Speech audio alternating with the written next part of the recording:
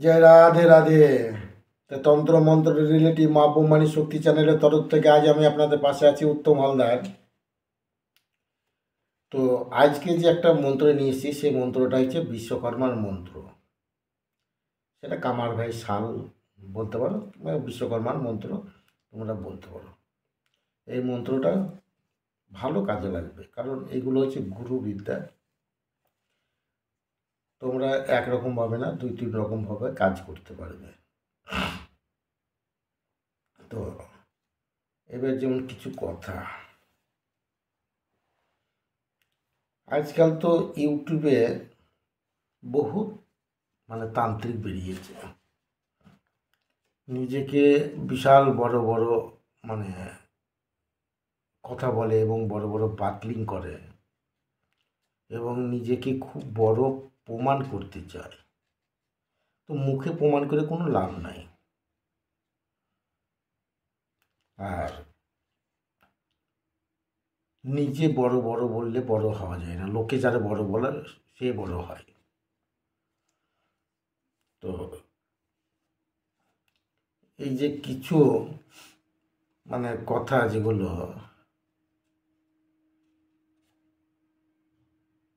মানে শিখানোর বিষয়ে অনেকে অনেক কিছুই বলে। তো এটার মধ্যে দেখবে, আমি বলবো না আমি ভালো গুরু, ভালো মন্দ তোমরা বিচার করবে। তোমরা যেটা ভালো বুঝবে সেটাই ভালো। লোকের ভালো বোঝাতে ভালো বুঝতে গেলেই ঠকবে। আর একটা ভালো তান্ত্রিক হতে গেলে সবচেয়ে আগে ভালো মনের মানুষ হওয়া দরকার, তবে সে একটা ভালো তান্ত্রিক হতে পারবে। আর যদি খারাপ মনের মানুষ হয়, তাহলে সে খারাপ তান্ত্রিক হতে পারবে। তো আজকাল খারাপ তান্ত্রিকের অভাব নাই। মানে লোকের ভালো করার চেয়ে বেশি খারাপ করে বসে থাকছে, আর খারাপ করার পর আর ভালো করার ক্ষমতা রাখে না কিংবা শেখেনি, আর তাদের দ্বারাই ভালো কাজটা হয়ও না। আর আরেকটা জিনিস দেখবে, যারা কবিরাজিতে এবং তান্ত্রিকগিরিতে যারা অভিজ্ঞ, তাদের কিছু কথাবার্তা ফলো করবে, তাহলেই বুঝতে পারবে। দেখো আজকাল ইউটিউবে সবাই ব্যবসা করছে কম বেশি। তো ব্যবসাটা আমিও করছি, আমি করছি না বলবো না, তবে আমার ধার দিয়ে আমি যেটা হয়তো বলি, আগে হয়তো আমি যে পরিমাণে কাজকর্ম করেছি সেই পরিমাণে কাজকর্ম করার মতন সেই ক্ষমতা কমে গেছে। কারণ আমার যা কাজ ছিল এবং আমি যে কাজ করতাম সেই কাজে প্রচণ্ড পরিমাণে পরিশ্রম করতে হয়, এবং পরিশ্রম করলে সেই কাজটা হয়। সেই কাজটা হচ্ছে মেশনের কাজ। তো মেশন বলতে গেলে রাজমিস্ত্রি। তো আমি এককালীন রাজমিস্ত্রির হেড ছিলাম। আমার আন্ডারে বেশ কিছু মিস্ত্রি লেবার খাটতো। তো তখন প্রচুর পরিমাণে পরিশ্রম করেছি এবং ক্ষমতা ছিল, করতে পেরেছি। তো যাই হোক, ওই পরিশ্রমটা আর করার মতো নিয়ে নাই। আর এই কোম্পানির কাজে ঢোকাতে সে আগেকার বাজার আর নাই। তো আগেকার বাজার যদি থাকতো তাহলে হয়তো লোকের মারফতে করা যেত। যার জন্যে আমি লোককে সঠিক শিক্ষা দিয়ে যেটুকুন নেওয়ার আমি সেইটুকুনই নিচ্ছি। এমন না কারোর সাথে ধোঁকাবাজি ধাপ্পাবাজি লোক ঠগিয়ে, এটা তোমরা প্রমাণ করে নেবে। কারণ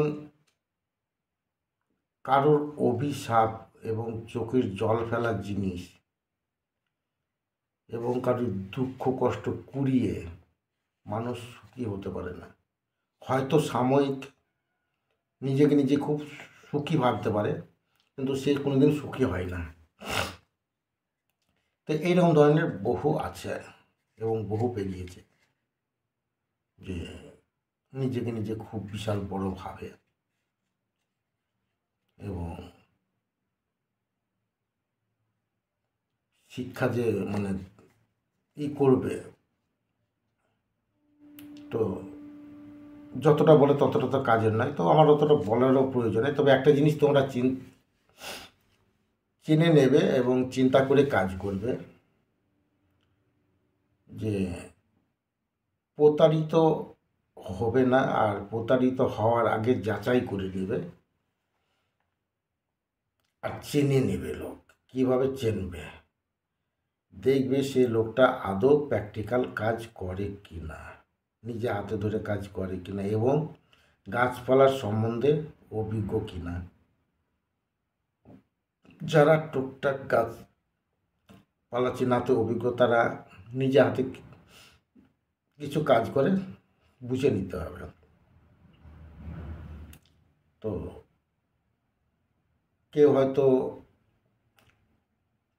মানে কম জানে, কেউ বেশি জানে, ঠিক আছে। আর কিছু কিছু লোক বড় বড় বাতলিং করবে, অথচ গাছপালার কিছুই চেনে না। তাদের কাছে গেলে কিন্তু সদ্য ঠকে যাবে। আর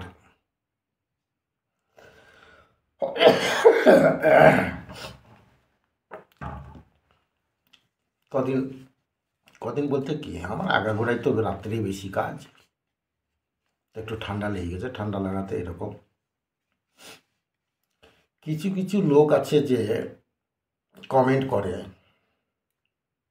যে মন্ত্র পুরো দেবেন তো দেবেন, নাহলে দেবেন না। তো বাবু, পুরো মন্ত্র আমি আগে দিয়ে এসেছি এবং দিয়েও যেতাম।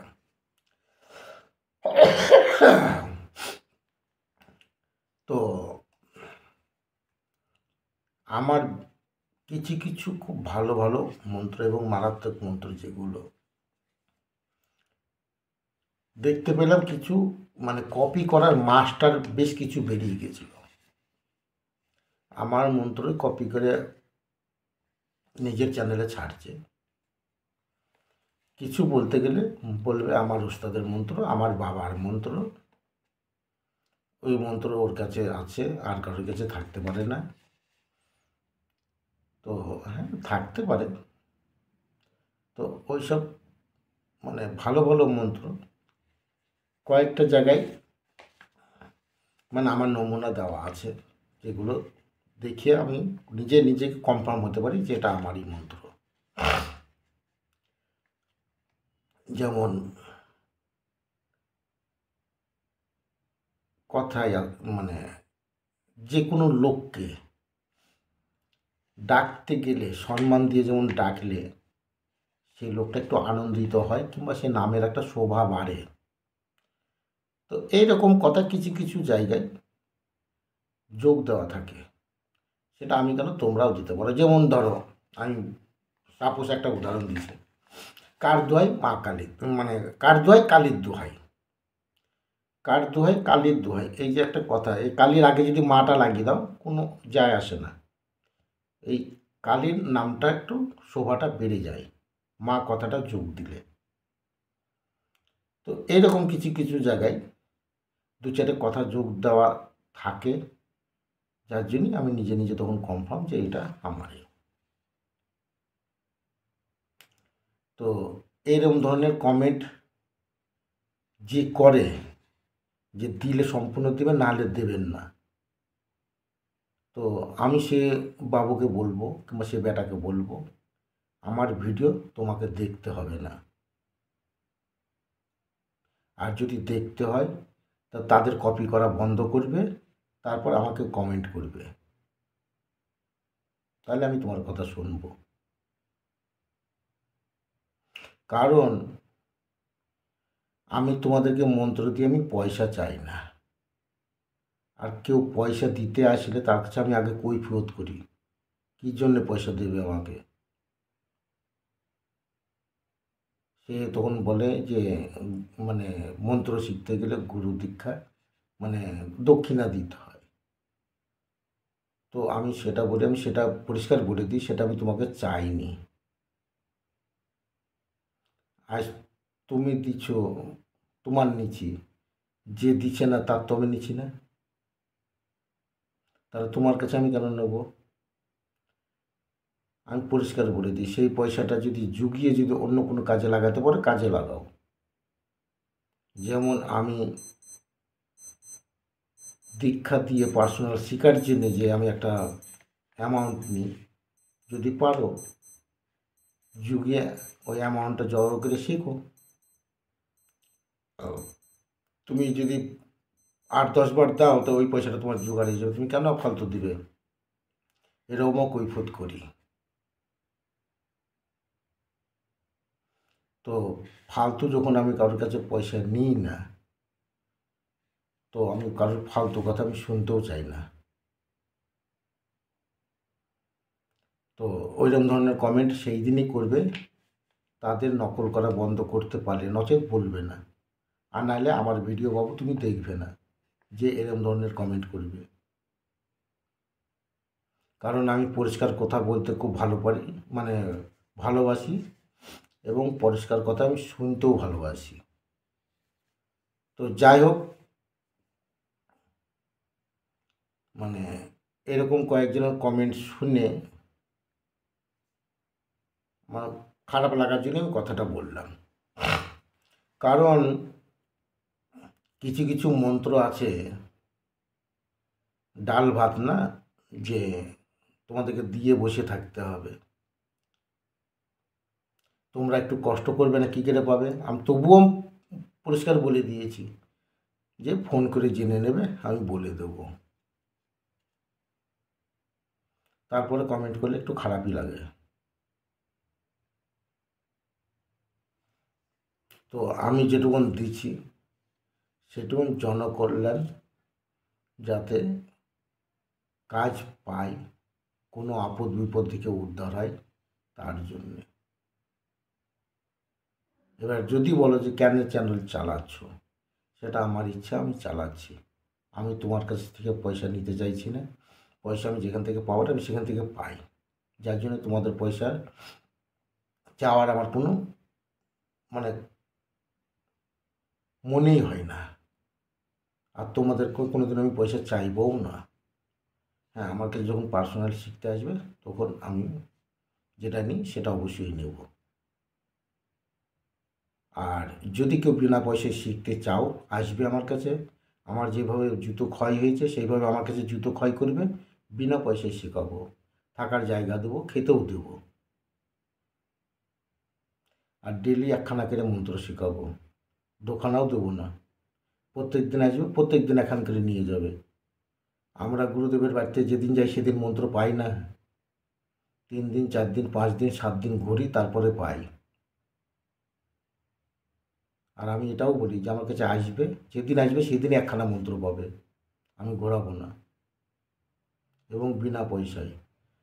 বাড়ি না যেতে পেলে আমি থাকার জায়গা দেবো, খাওয়ার জায়গা দেবো, সব কিছু দেবো। অতিথি যেটুকুন আপ্যায়ন করতে হয় সেটুকুনও করবো।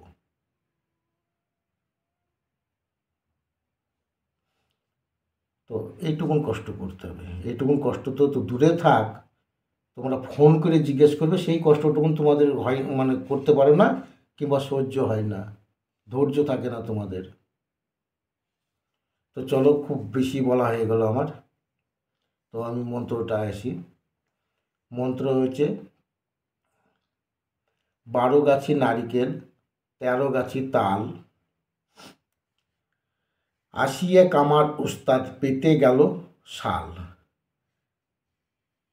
গাঁট কাটি গিঠামো কাটি, কাটি লোহার শিকল, 16টা রোজার জ্ঞান কুজ্ঞান, গাঁট গুট কেটে বিষ তুই, ঘা মুখে নিকর। কার দোহাই? বিশ্বকর্মার দোহাই, দোহাই মা মনসার দোহাই। এই যে মন্ত্র। তো বুঝবার স্বার্থে আমি আবার পড়ে শুনিয়ে দিচ্ছি। 12 গাছি নারিকেল, 13 গাছি তাল, আসিয়া কামার উস্তাদ পেতে গেল শাল।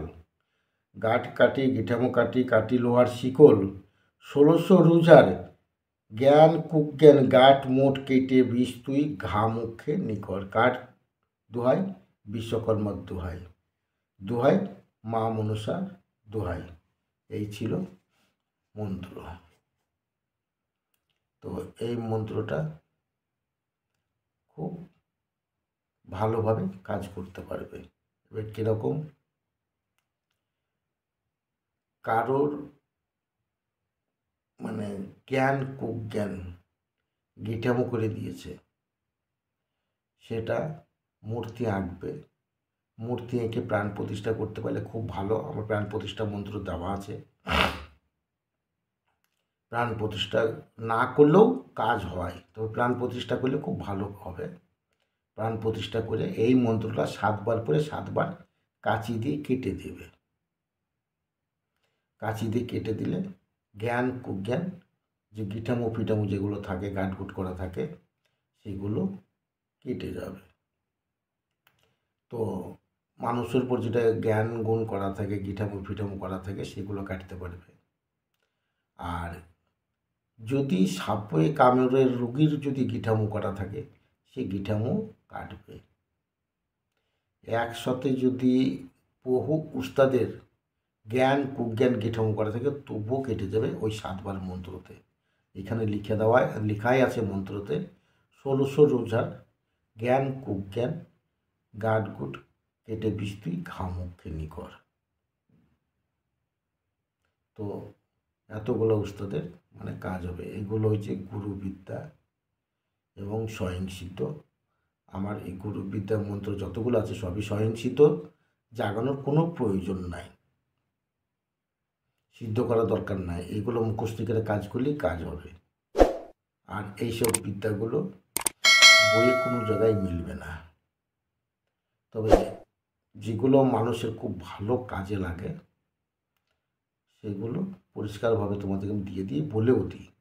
এবার কিছু কিছু যেগুলো কাজ আছে লোকের ক্ষতিমতি করা, এই করা ও করা, এবং খুব বড় জিনিস সবার হাতে পড়লে অসুবিধা, সেইগুলো হয়তো দুটো একটা হাতে রেখে দিই। এবং যারা কপি করে যাতে না করতে পারে, কপি করলে যেন তাদের কাজ না হয়, তার জন্যে ওই দুটো একটা কথা রেখে দিই।